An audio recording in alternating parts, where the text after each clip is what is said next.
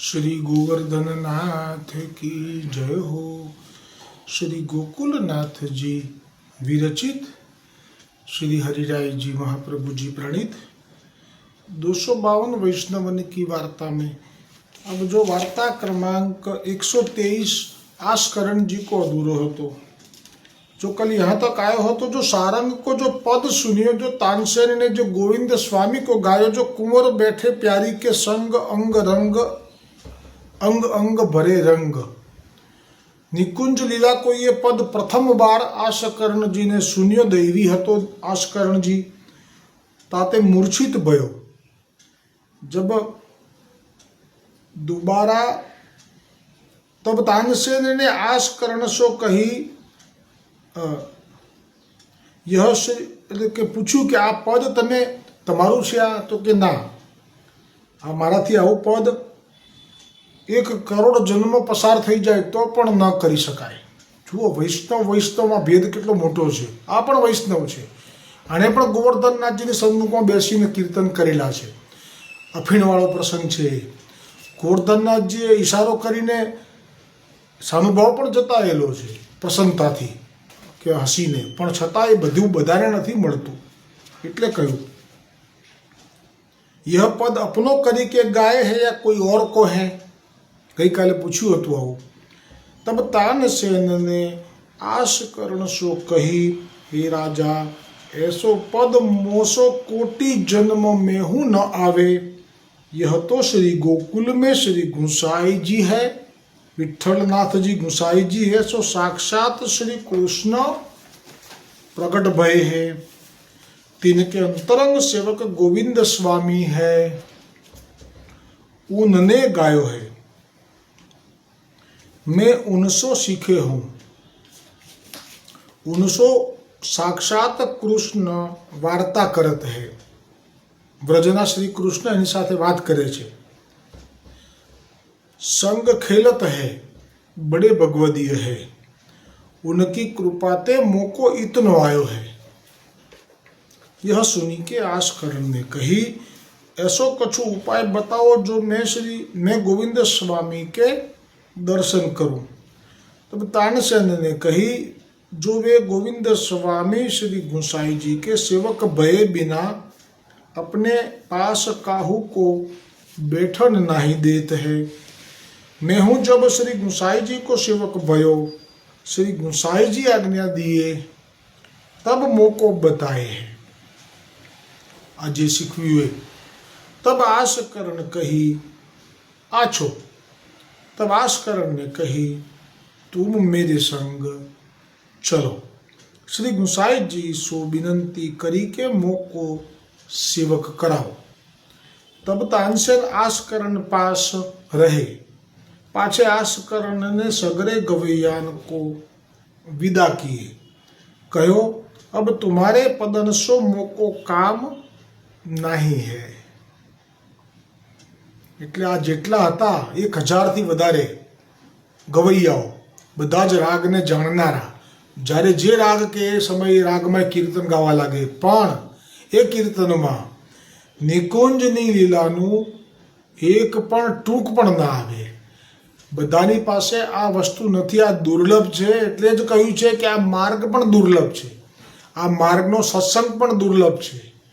બહુ જ તાનસેન પાસે ક્યાં હતું? તાનસેનના જે ગાવાનું કીધું તો એ જ ગાયું ને કે મને સરસ્વતી પ્રસન્ન થયા, પછી તો હવે હું ગઉં એટલે વરસાદ પડે, હું ગઉં એટલે દીપ પ્રગટ થઈ જાય, પ્રજ્વલિત થઈ જાય, હું ગઉં એટલે હરણો આવીને મારા પગમાં પડી જાય, બધા મને વિનંતી કરતા રહે છે, સરસ્વતીજીની કૃપા છે। આ આટલી મર્યાદા હતી, આ સ્વાદ નહોતો ચાખ્યો। જ્યાં પેલું પદ ગાયું, ઝરોખામાં બેઠેલી છે ગોપી, ઓંચક આવી ગયે નંદ નંદન, અચાનક જ ઠાકોરજી આવી ગયા અને ઈશારો કરવા લાગ્યા।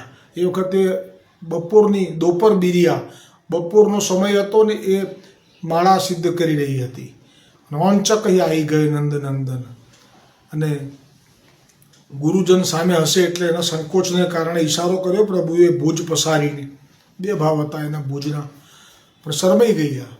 આ પદ જ જ્યાં તાનસેને સાંભળ્યું, તાનસેને કીધું કે મારા બધા પદ મેં ધૂળમાં નાખ્યા, કેમ કે આ જે છે એ તો પરાકાષ્ઠા છે, યુગલ સ્વરૂપની ગોપીજનોની ઠાકોરજીની લીલા એ બધા પાસે નથી હોતી.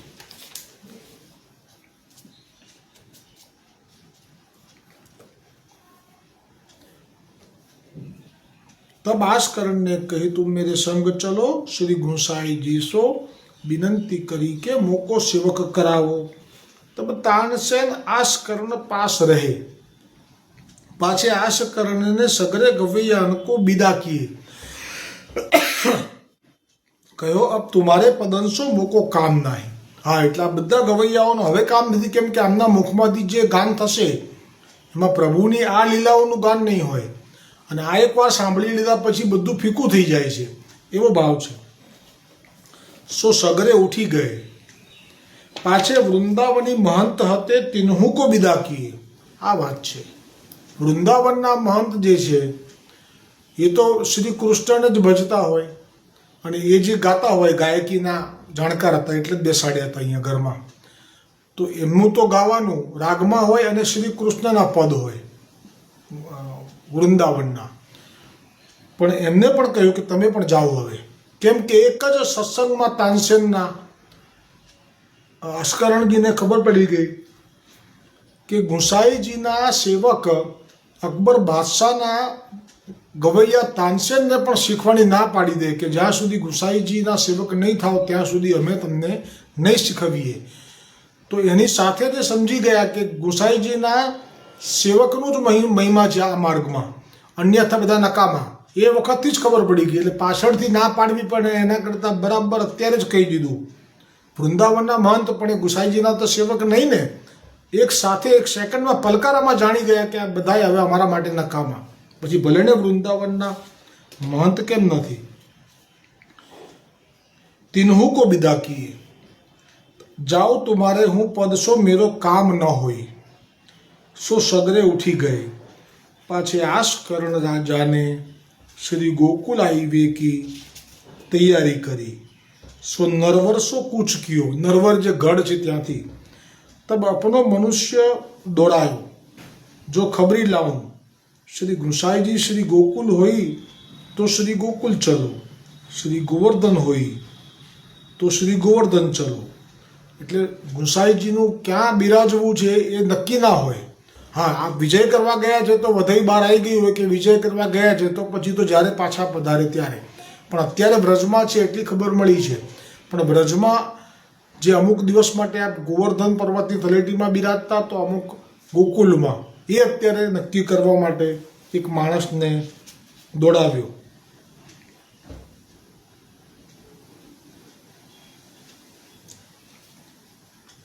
तब अपनो मनुष्य दोहरायो, खबरी ले आओ. श्री गुसाई जी गोकुल होई तो श्री गोकुल चलो, श्री गोवर्धन होई तो श्री गोवर्धन चलो.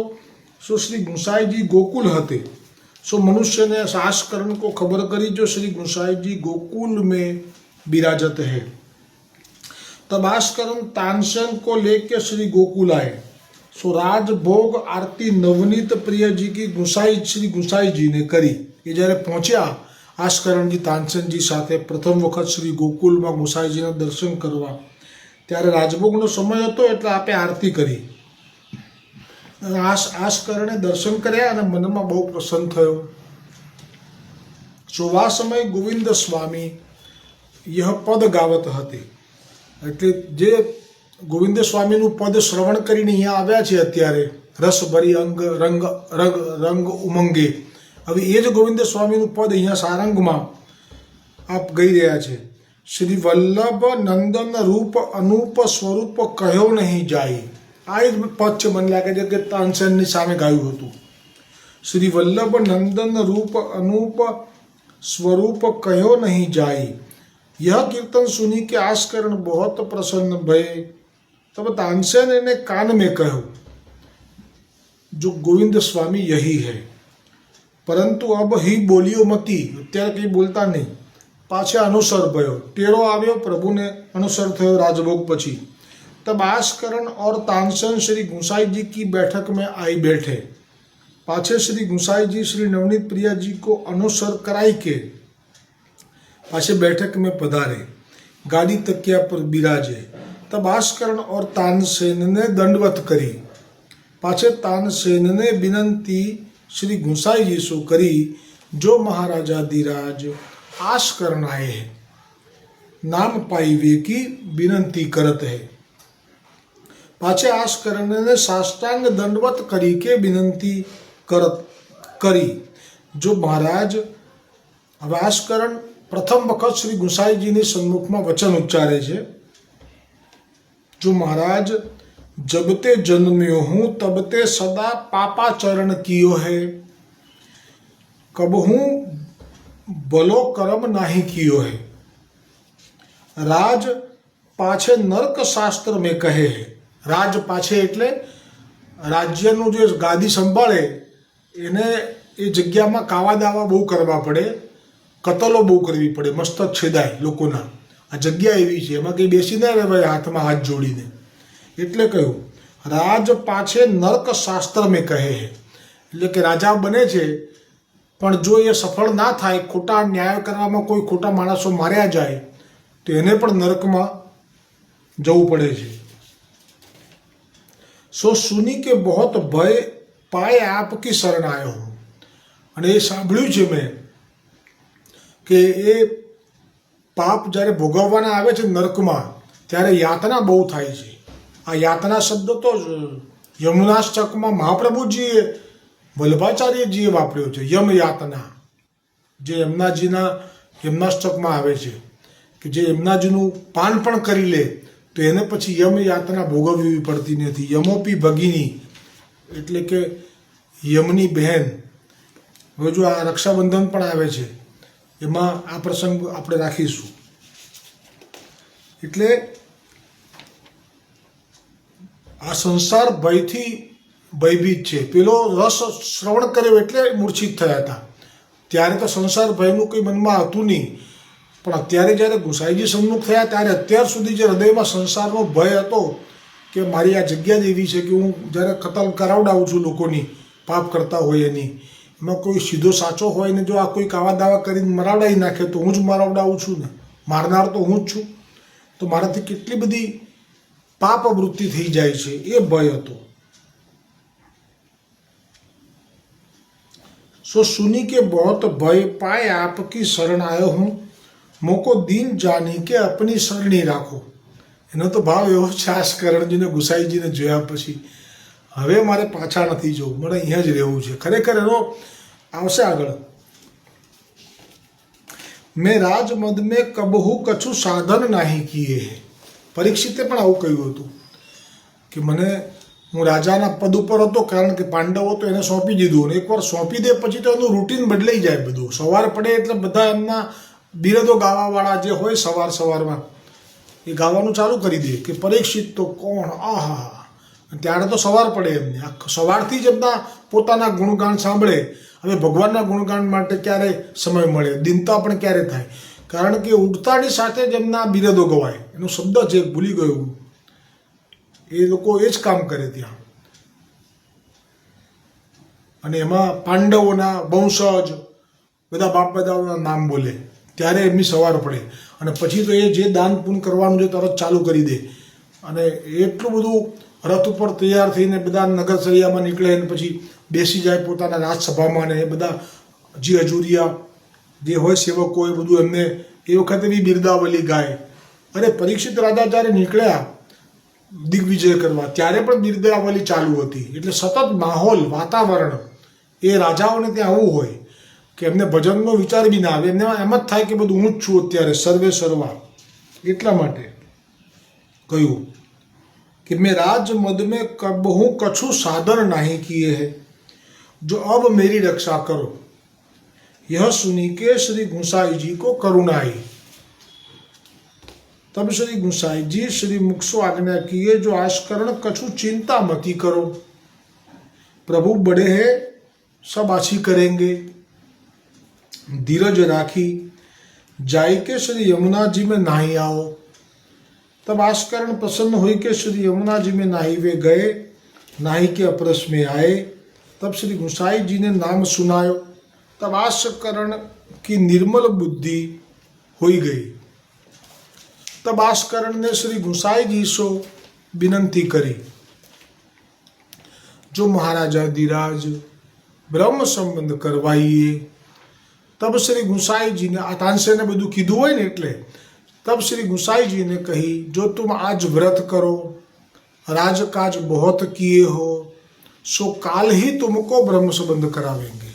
आ जीव खरेखर બહુ શુદ્ધ છે, ગુસાઈજી જાણે છે, પણ રાજકાજ છે ને એ જીવ શુદ્ધ હોવા છતાં પણ એને વ્રત કરાવવું પડે છે, એટલે કાવા દાવાથી જેટલા દૂર એટલા એ શુદ્ધ ગણાય। પછી ભલે શુદ્ધ હોય પણ કાવા દાવાથી અંદર પડેલા હોય તો ભગવાન અને ઠાકોરજીને ગુસાઈજીને બધા એ એકદમ કૃપા નથી કરતા, ખાવા દાવાથી દૂર। જ્યાં કાવા દાવા છે ત્યાં નાથ ન જાવા દે, જ્યાં કાવા દાવા છે ત્યાં નાથ ન જાવા દે। બહુ સરસ છે આ દોડ। અને બીજું પણ છે, સૌ છલ કપટને છોડી દો, હૈયેથી જટ એને ઢોળી દો। સૌ છલ કપટને, કારણ કે રાજકાજમાં છલ કપટ બહુ જ હોય। સૌ છલ કપટને છોડી દો, છલ કપટથી શ્રીજી આઘેરા। શ્રીજીને છલ કપટ નથી ગમતું, ગુસાઈજીને પણ નથી ગમતું। શ્રીજી છલ કપટથી શ્રીજી આઘેરા, હૈયેથી જટ ઢોળી દો।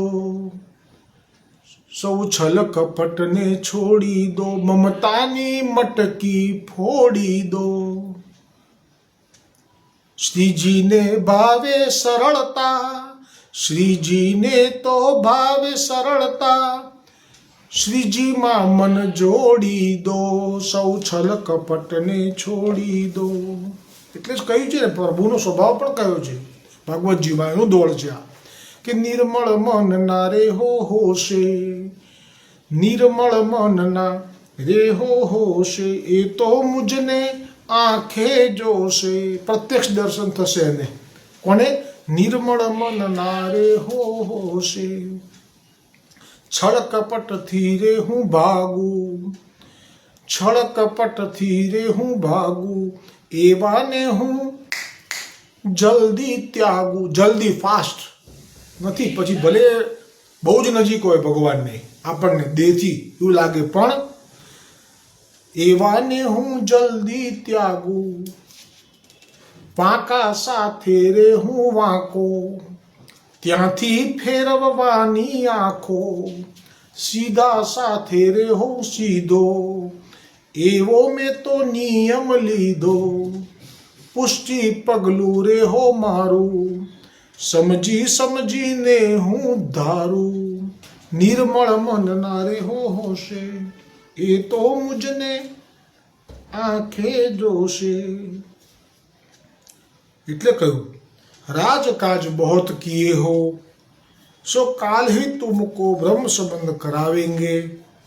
तब आस्करण दंडवत करी के व्रत कियो, पाछे दूसरे दिन राजभोग सरे, पाछे श्री गुसाई जी आस्करण को श्री नवनीत प्रिया जी के आगे समर्पण कराए।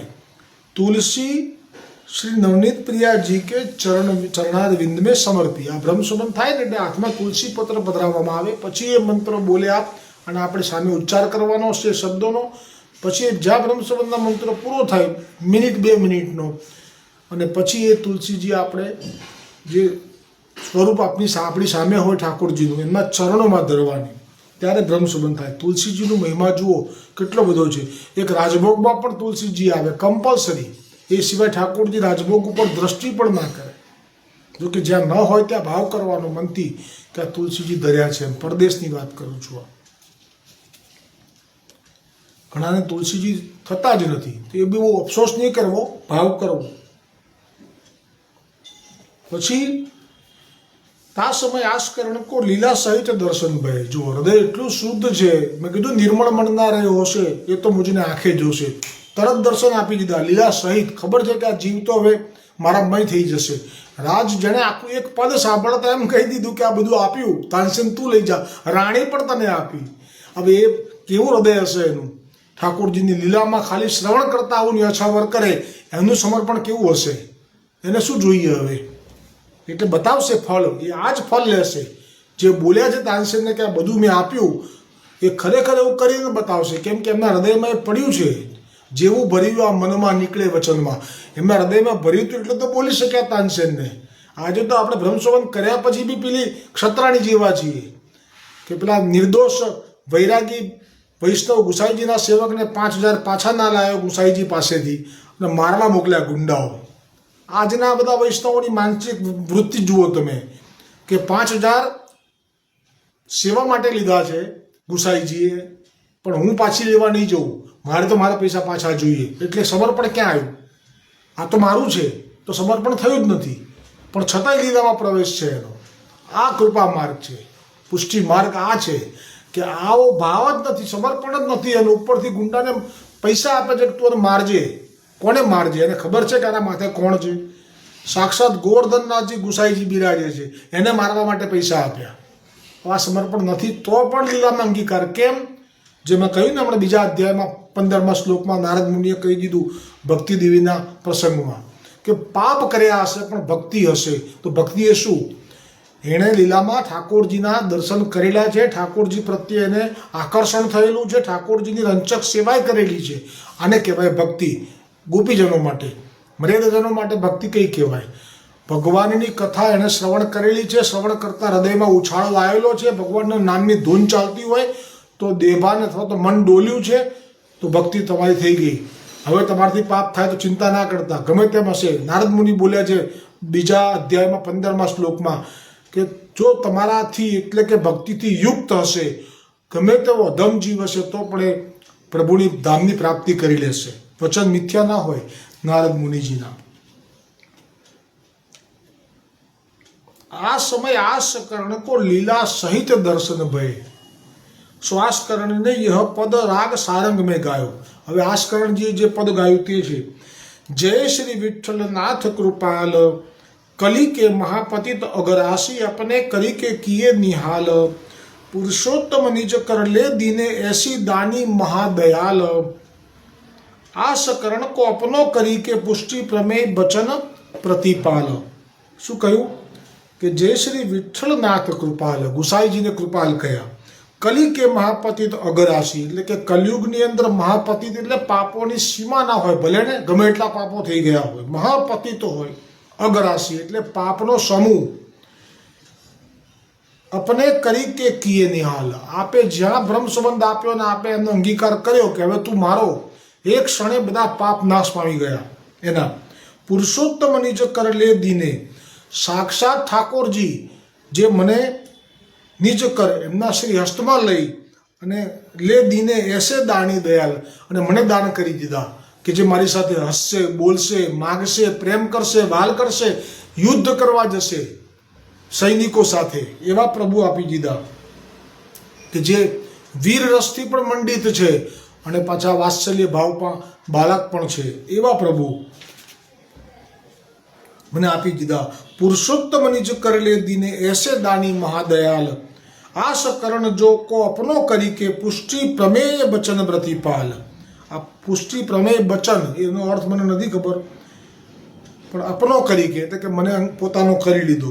જેવો તેવો પણ તારો હાથ પકડ વિઠ્ઠલ મારો, એ ભાવ સાથે હાથ પકડી લીધો છે. હવે મારે કોઈ ચિંતા રહી નહીં. આગળનો જે પ્રસંગ છે આમાં વિસ્તાર છે, આરામથી જઈશું. બહુ સુંદર છે આ બધું, આમાં ઉતાવળ કરવી પણ નથી, ઘણો સમય ચાલશે આ. એટલે કે સમયનો આમાં કંઈ કહી શકાય એવું નથી, પણ બહુ આનંદ આવશે. દ્રઢ ઇન ચરણના કેરો ભરોસો, દ્રઢ ઇન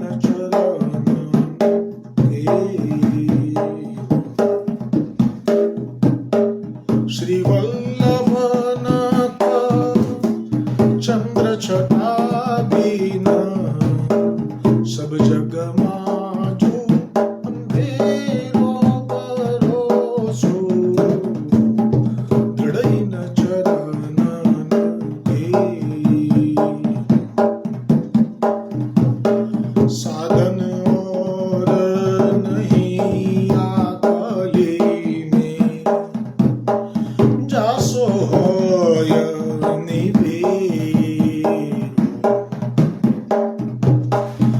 दूर कहाँ कहे द्विविध आदरो बिना मूल को चेरो भरोसो दृढ़ चरण